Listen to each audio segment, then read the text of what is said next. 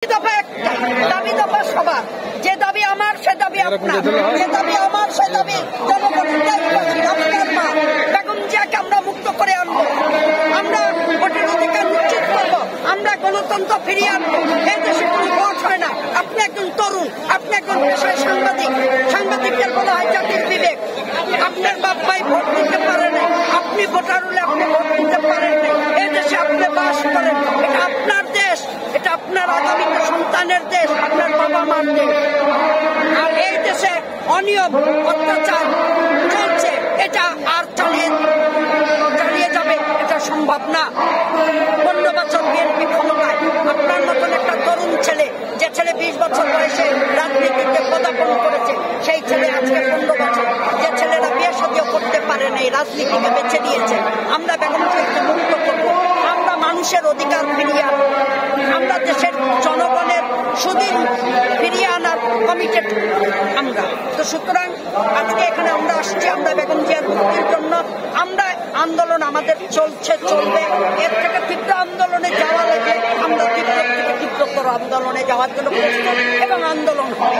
বেগম জিয়াকে মুক্তির জন্য যদি আমাদের কোনো স্টেপ নিতে হয়, উই আর অল ডিসাইডেড। কোনো বিষয় বলছি না, আমি বেগম জিয়া, বেগম জিয়া, বেগম জিয়া, দেশ নেত্রী বেগম জিয়া একজন মা জননী।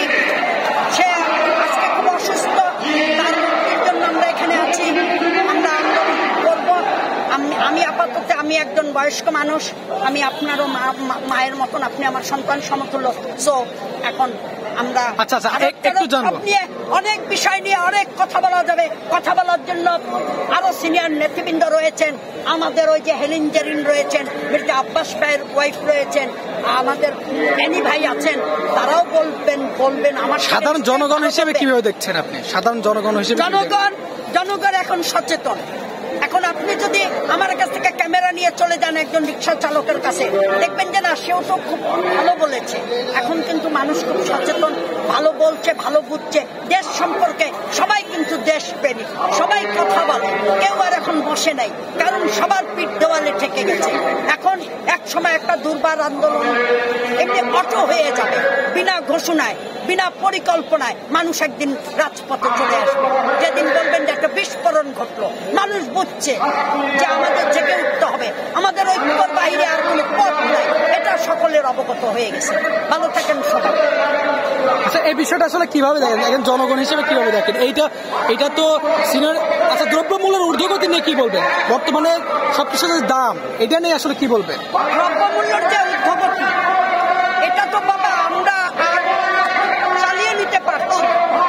জিনিসপত্রের এত দাম, একটা মানুষ তার ফ্যামিলি চালাতে পারছে না। আপনি যদি আমার কথা বলেন, তাহলে আমি বলবো, আমি রিক্সাওয়ালাকে বলি না চাচা যাবেন, কারণ আমি গুলিস্তান থেকে আমি দৈনিক বাংলা পর্যন্ত হেঁটে এসে আমি একটা রিক্সা নিয়েছি। চাচা যাবেন বললে চাচা বলবে 100 টাকা। তাহলে 100 টাকা হলে আমি ডিম কিনে একটু ভাত ভেজে খাবো। আমাদের যে খাওয়া দাওয়ার জীবনযাত্রা, আমরা কিন্তু খুব কষ্টে আছি। আমাকে দিয়ে আপনাকে বুঝিয়ে দিলাম, আমরা সকলেই কষ্টে আছি।